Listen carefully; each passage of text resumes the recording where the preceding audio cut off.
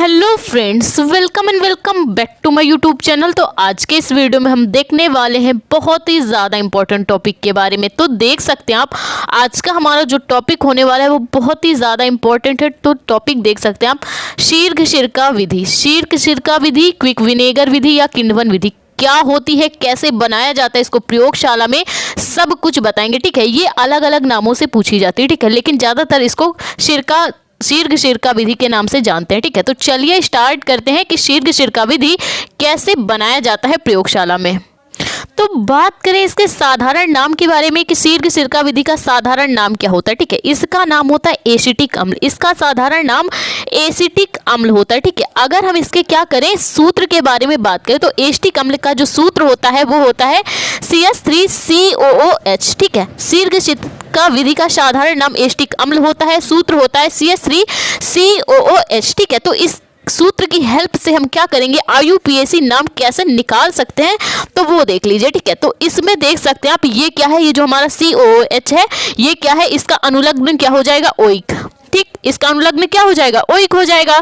ठीक है, और इसमें कार्बन की संख्या क्या है, 1 है। ठीक है, अगर 1 कार्बन होता है तो क्या लगता है, मेथ लगता है कि नहीं लगता है। और इसमें कार्बन की संख्या कितनी है, 2 है। 1 कार्बन ये है, 1 कार्बन ये है। ठीक है, तो 2 कार्बन है, 2 कार्बन के लिए क्या लगेगा, एथ लगेगा, यानी मेथेन एथेन। ठीक है, तो एथेन प्लस ओइक। ठीक, एथेन प्लस ओइक, तो इसका पूरा नाम क्या हो जाएगा, एथेनोइक। क्या हो जाएगा इसका पूरा नाम, एथेनोइक अम्ल। क्या हो जाएगा, एथेनोइक अम्ल। ठीक है, तो इसका साधारण नाम हो गया एसिटिक अम्ल, सूत्र इसका हो गया CH3COOH और IUPAC नाम हो गया एथेनोइक अम्ल। ठीक है, तो ये बात हुई इसके सामान्य परिचय के बारे में। ठीक है, तो चलिए देखते हैं कि शीर्घ सिरका विधि को हम प्रयोगशाला में कैसे बना सकते हैं। तो बात करें इसकी प्रयोगशाला विधि के बारे में कि प्रयोगशाला में हम शीर्घ सिरका विधि, क्विक विनेगर विधि या किण्वन विधि को कैसे बनाते हैं तो वो देख लीजिए। इस विधि में हम करते क्या है, एथिल एल्कोहल लेते हैं। ठीक है, इस विधि में हम क्या करते हैं, एथिल एल्कोहल यानी C2H5OH लेते हैं और इसका जो किण्वन कराते हैं माइकोडर्मा नामक जो जीवाणु होता है। ठीक है, माइकोडर्मा नामक जो जीवाणु होता है उसके ऑक्सीकरण द्वारा हम क्या करते हैं, एथिल एल्कोहल का ऑक्सीकरण करके क्या बनाते हैं, शीर्घ सिरका विधि या क्विक विनेगर या फिर एसिटिक अम्ल बनाते हैं। ठीक है, इसमें होता क्या है, ये जो माइकोडर्मा नामक जीवाणु है, ये जो माइकोडर्मा नामक जीवाणु है वो वायु में उपस्थित होते हैं। कैसे, जो हमारी जो नॉर्मल वायु चल रही होती है, देखा होगा अपने घर में नॉर्मल की, जैसे मान लीजिए आपके घर में कोई छेद है। ठीक है, उससे क्या होती है, जब वायु के कण आ रहे होते हैं तो उसमें छोटे छोटे कण आपको देखने को मिलेंगे। ठीक है, जब आप देखेंगे, ठीक है, तो वो क्या होते हैं, उनमें एक जीवाणु उपस्थित होता है, उसको क्या कहते हैं, माइकोडर्मा नामक जीवाणु होता है। ठीक है, तो इसमें होता क्या है, माइकोडर्मा नामक जो जीवाणु होता है जो कि वायु में उपस्थित होते हैं, एथिल एल्कोहल यानी C2H5OH एथिल एल्कोहल के जैसे ही संपर्क में आते हैं तो वो अपनी ऊर्जा बढ़ाने के लिए, भाई देखिए होता क्या है, हमें क्या चाहिए, हमें खाना खाने के लिए चाहिए, तभी तो हमारे शरीर में ताकत आएगी। वैसे ही जो ये माइकोडर्मा नामक जीवाणु है वो क्या करेगा, जैसे ही एथिल एल्कोहल के संपर्क में आएगा, ठीक है, एथिल एल्कोहल के जैसे ही संपर्क में आता है वो क्या करता है, अपनी ताकत बढ़ाने के लिए यानी अपना खाना खाने के लिए, तो वो क्या करता है, एथिल एल्कोहल का क्या करता है, ऑक्सीकरण करने लगता है यानी किण्वन करने लगता है। तो उसका क्या हो जाता है, एथिल एल्कोहल का किण्वन होते होते उसका ऑक्सीकरण हो जाता है और वो एसिटिक अम्ल यानी सिरका में परिवर्तित हो जाता है।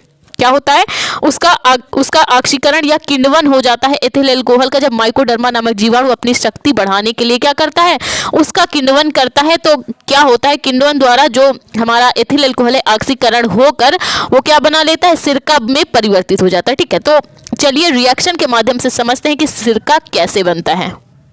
ठीक है, तो इस पे हम करेंगे क्या, सिंपली एथिल एल्कोहल ले लेंगे C2H5OH। ठीक है, अब इसका क्या करेंगे, वायु में उपस्थित जो माइकोडर्मा नामक जीवाणु है इसकी उपस्थिति में हम क्या कराएंगे, एथिल एल्कोहल का किण्वन कराएंगे। ठीक है, तो यहाँ से होगा क्या, पहले तो ये समझिए। ठीक है, C2H5 को OH को हम कैसे लिख सकते हैं, CH3CH2OH ऐसे लिखा जा सकता है, बिल्कुल लिखा जा सकता है, क्योंकि ये भी क्या है, C2H5OH है। ठीक है, तो हम यहाँ से करेंगे क्या, हम इसका मेथिल समूह उठा ले जाएंगे। ठीक है, मेथिल समूह CH3 जोड़ देंगे, फिर क्या करेंगे, यहाँ से ये कार्बन उठाएंगे, ठीक, और क्या है, ये OH है, ठीक, ये हाइड्रोक्सिल समूह है। क्या करेंगे, एक ऑक्सीजन इससे ले लेंगे तो ये क्या हो जाएगा, ये हमारा हो जाएगा CH3COOH। ये हमारा क्या बन चुका है, ये हमारा एस्टिक अम्ल बन चुका है। और जो बच गया है उसको हम क्या करेंगे, आगे फिर से ऐड कर लेंगे। तो हो क्या जाएगा, अब हमारे पास बचा क्या है, ये H2 बचा है हाइड्रोजन का, और एक ऑक्सीजन हमने इससे उधार लिया था, तो एक ऑक्सीजन इसके पास बच गया, ठीक है। तो ये जल के अणु क्या हो जाएंगे, बाहर निकल जाएंगे, ठीक है। तो हमने किया क्या, एथिल अल्कोहल का क्या कराया, ऑक्सीकरण कराया माइकोडर्मा एस्टिक जीवाणु के उपस्थिति में। तो हमारा एस्टिक अम्ल हमें प्राप्त हुआ और जल के अणु बाहर निकल चुके हैं, ठीक है। तो चलिए जानते हैं फिगर के माध्यम से कि हम कैसे बनाते हैं सिरका को। इसमें क्या होता है, लकड़ी का एक बाल्टी नुमा पीपा होता है, ठीक है। इसमें क्या होता है, एक लकड़ी का बाल्टी नुमा पीपा होता है जिसमें ऊपर और नीचे क्या होते हैं, लकड़ी के तख्ते लगे रहते हैं, ठीक है। इसमें ऊपर और नीचे क्या है, लकड़ी के तख्ते लगे हुए हैं, क्योंकि ये पीपा कैसा है, लकड़ी का ही है, बाल्टी नुमा पीपा है। ऊपर और नीचे लकड़ी के तख्ते लगे रहते हैं और बीच में क्या होता है, लकड़ी की छीलन भरी होती है, बुरादा जिसको बोला जाता है, ठीक है। लकड़ी की छीलन भरी होती है, ठीक है, जो कि पुराने सिरके से, जो पुराना हो चुका है, काफी साल पुराना सिरका जो होता है उससे भीगा हुआ बुरादा इसमें पड़ा होता है, ठीक है। हम करते क्या है, जैसे हमें दही जमाने के लिए क्या चाहिए, पुराना दही चाहिए, जामन चाहिए, तभी दही जमता है, हम जब दूध में डाल देते हैं। वैसे ही क्या होता है, पुराने सिरका से भीगा हुआ हम लकड़ी का छीलन इसमें भर देते हैं, ठीक है। फिर ऊपर से क्या करते हैं, ऊपर दो निकास द्वार होते हैं, ठीक है। एक से हम क्या करते हैं, एथिल अल्कोहल गिराते हैं, एक से हम क्या करेंगे, जब हमारा एस्टिक अम्ल में परिवर्तित हो जाएगा तो ग्राही में डालने के लिए होगा, ठीक।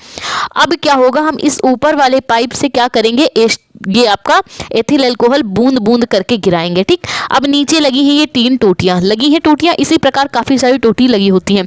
तो क्या होगा, जब एथिल अल्कोहल यहाँ पे इकट्ठा होगा तो वो धीरे धीरे क्या करेगा, नीचे आएगा। अब यहाँ पे क्या है, पुराने सिरके से भीगी हुई छीलन भरी हुई है, तो जब ये क्या होगा, एथिल अल्कोहल की बूंदें इसमें पड़ेंगी तो इस पुराने छीलन में क्या है, माइकोडर्मा नामक जीवाणु उपस्थित होता है, ठीक है। तो जैसे ही उसके ऊपर क्या होंगी, एथिल अल्कोहल की बूंद पड़ेंगी, जैसे ही हमारे पास खाना आएगा तो हम खाने की कोशिश करेंगे कि नहीं करेंगे, क्योंकि हमें ऊर्जा चाहिए, जब खाएंगे ताकत आएगी तभी तो आगे काम करेंगे। वैसे ही क्या होगा, ये जो माइकोडर्मा नामक जीवाणु है उसको भी खाने के लिए चाहिए, तो वो एथिल अल्कोहल जैसे ही उसके संपर्क में आएगा वो और खाने की कोशिश करेगा, क्योंकि उसे अपनी ताकत बढ़ानी होती है, ठीक है। जैसे जैसे वो उसको खाएगा, उससे उसको ताकत मिलेगी, तो वो क्या करेगा, जो पुराना सिरका है और एथिल अल्कोहल गिर रहा है इसका वो क्या करेगा, किण्वन कर देगा, ठीक है। इसका ऑक्सीकरण करके वो क्या करता है, उसको एस्टिक अम्ल में परिवर्तित कर देगा, ठीक है। यहाँ पे माइकोडर्मा नामक व्हाइट में छिद्र है जिसमें माइकोडर्मा नामक जीवाणु उपस्थित है, ठीक है। फिर क्या होगा, जैसे ये एस्टिक अम्ल में परिवर्तित हो जाएगा तो ये नीचे क्या है, जैसे छेद वाली थाली देखी घर में सबने, तो वैसे ही इसमें छेद छेद की थाली जैसे होता है, ठीक है। तख्ते में छेद छेद होते हैं, ठीक है। उससे क्या होगा, जैसे ही एस्टिक अम्ल बन जाएगा हमारा एथिल अल्कोहल से, तो वो क्या होगा, नीचे आएगा। अब जब यहाँ पे नीचे इकट्ठा हो जाएगा तो एक टोटी और लगी है जिससे हम क्या करेंगे, जो एस्टिक अम्ल हम प्राप्त कर रहे हैं उसको ग्राही फ्लास्क में इकट्ठा कर लेंगे। हुआ क्या, इसमें एक लकड़ी का बाल्टी नुमा पीपा है जिसमें क्या है, लकड़ी के तख्ते लगे हुए हैं, बीच में क्या है, लकड़ी का छीलन भरा हुआ है, बुरादा भरा हुआ है जो कि पुराने सिरके से भीगा हुआ है। इस बुरादे में क्या है, माइकोडर्मा नामक जीवाणु उपस्थित है। अब हम करते क्या है, 2 निकास द्वार हैं इसके, एक ऊपर से एक नीचे से, ठीक है। नीचे से हम क्या करते हैं, ग्राही में हम एस्टिक अम्ल इकट्ठा करेंगे और ऊपर वाले सिरे से हम क्या करेंगे, एथिल अल्कोहल इसमें गिराएंगे, ठीक। अब एथिल अल्कोहल हम इसमें गिरा रहे हैं, नीचे फव्वारे लगे हैं जिसमें एस्टिक अम्ल क्या हो रहा है, फव्वारों के रूप में नीचे इस लकड़ी की छीलन के संपर्क में आ रहा है। तो इसमें माइकोडर्मा नामक जीवाणु उपस्थित है। इस एथिल अल्कोहल से क्या करते हैं, ताकत प्राप्त करने के लिए इसको खाने की कोशिश करते हैं, ठीक है। और इस एथिल अल्कोहल में और ये जो पुराना सिरका के संपर्क में जैसे ही ये एथिल अल्कोहल आएगा, माइकोडर्मा नामक जीवाणु पहले ही उसको खाने की कोशिश करेगा और अपनी ताकत बढ़ाते हुए इस एथिल अल्कोहल का क्या कर देगा, किण्वन कर लेगा, ऑक्सीकरण कर लेगा और इसको क्या करेगा, सिरका में परिवर्तित कर देगा, जिससे इन छिद्रों में ये सिरका नीचे आ जाता है, तली में आ जाता है जिसमें निकास द्वार है और उस निकास द्वार से हम क्या करते हैं, ग्राही में शुद्ध एस्टिक अम्ल प्राप्त कर लेते हैं, ठीक है। इस प्रकार से प्रयोगशाला में एस्टिक अम्ल बनाया जाता है, ठीक है। तो चलिए विधि के माध्यम से कैसे नोट्स बनानी होती है विधि के माध्यम से समझते हैं तो आपको ज्यादा अच्छे से समझ में आएगा, ठीक है। तो देख सकते हैं आप विधि, इसमें आपको करना क्या है, इस विधि में एक लकड़ी का बाल्टी नुमा पीपा होता है। क्या होता है, इस विधि में लकड़ी का एक बाल्टी नुमा पीपा होता है जिसके ऊपर व नीचे लकड़ी के तख्ते लगे होते हैं, ठीक है, जो कि छिद्रों वाला होता है, जो कि कैसा होता है, छिद्रों वाला होता है, ठीक। इन तख्तों में पुराने सिरके से भीगा हुआ लकड़ी का बुरादा हम भर देते हैं जिसमें क्या होता है, माइकोडर्मा नामक जीवाणु उपस्थित होते हैं इस लकड़ी के बुरादे में, ठीक है। माइकोडर्मा नामक जीवाणु इस बुरादे में उपस्थित होते हैं। फिर हम क्या करते हैं, इस पीपे में 2 द्वार होते हैं। फिर होता क्या है, इस पीपे में 2 द्वार होते हैं। ऊपर से हम क्या करते हैं, हम एथिल अल्कोहल गिराते हैं और नीचे वाले से एस्टिक अम्ल निकालने के लिए होता है, ठीक है। तो हम क्या करते हैं, ऊपर वाले सिरे से हम आपका एथिल अल्कोहल बूंद बूंद करके गिराते हैं और दूसरा सिरका निकालने के लिए, जो सिरका हम बनाएंगे उसका निकालने के लिए निकास द्वार होता है। ठीक, अब ऊपर वाली टोटी से हम बूंद बूंद करके एथिल अल्कोहल हम गिराएंगे, जो कि बुरादे में उपस्थित जो एस्टिक अम्ल है उसके संपर्क में आएगा और बुरादे में जीवाणु जो उपस्थित है माइकोडर्मा नामक, वो वायु से ऑक्सीकृत करके एथिल अल्कोहल का क्या कर देगा, ऑक्सीकरण कर देगा। ठीक है, अल्कोहल को का ऑक्सीकरण करके एस्टिक अम्ल में परिवर्तित कर देते हैं, जो कि छिद्रों वाले तख्ते से नीचे इकट्ठा हो जाता है और उस नीचे जब इकट्ठा हो जाता है तो नीचे वाली टोटी से हम क्या करते हैं, उस एस्टिक अम्ल को ग्राही फ्लास्क में इकट्ठा कर लेते हैं। ठीक है, इस प्रकार से एस्टिक अम्ल का निर्माण होता है। तो हमने एस्टिक अम्ल तो बना लिया, अब उसका रूप रंग कैसा है, उसका भौतिक गुण कैसा है, ये हम जान लेते हैं।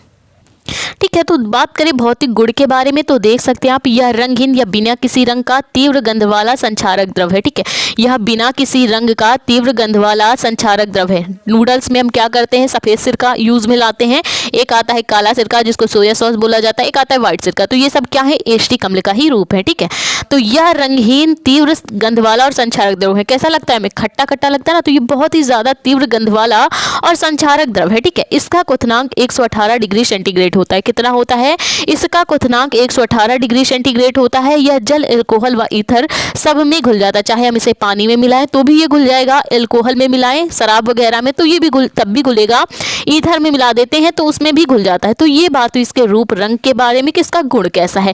शीर्घ सिरका विधि के रासायनिक गुण के बारे में तो देख सकते हैं आप, पहला इसका जो रासायनिक गुण है, हम क्या करें कि हमारा जो एस्टिक अम्ल प्राप्त हुआ है उसकी क्रिया किससे करा दें, एथिल अल्कोहल से क्रिया करा दें, तब क्या प्राप्त होगा। ठीक है, अगर हम इसकी एथिल अल्कोहल से क्रिया कराते हैं तो हमें एस्टर प्राप्त होगा। क्या प्राप्त होगा, एस्टर हमें प्राप्त हो जाता है। तो कैसे प्राप्त होगा, रिएक्शन के माध्यम से समझते हैं। ठीक है, तो हम सिंपली लेंगे क्या, हम एस्टिक अम्ल ले लेते हैं। ठीक है, एस्टिक अम्ल हमने बनाया था तो हम ले लेते हैं एस्टिक अम्ल, जिसका सूत्र होता है CH3COOH। ये एस्टिक अम्ल और ये एथिल अल्कोहल। ठीक है, अब हम इसकी रिएक्शन करा देते हैं तो होगा क्या। ठीक है, यहाँ से हम क्या करते हैं, ये मेथिल समूह ले लेते हैं। सबसे पहले हम क्या करेंगे, यहाँ से मेथिल समूह ले लेंगे और क्या लेंगे, इसका COO।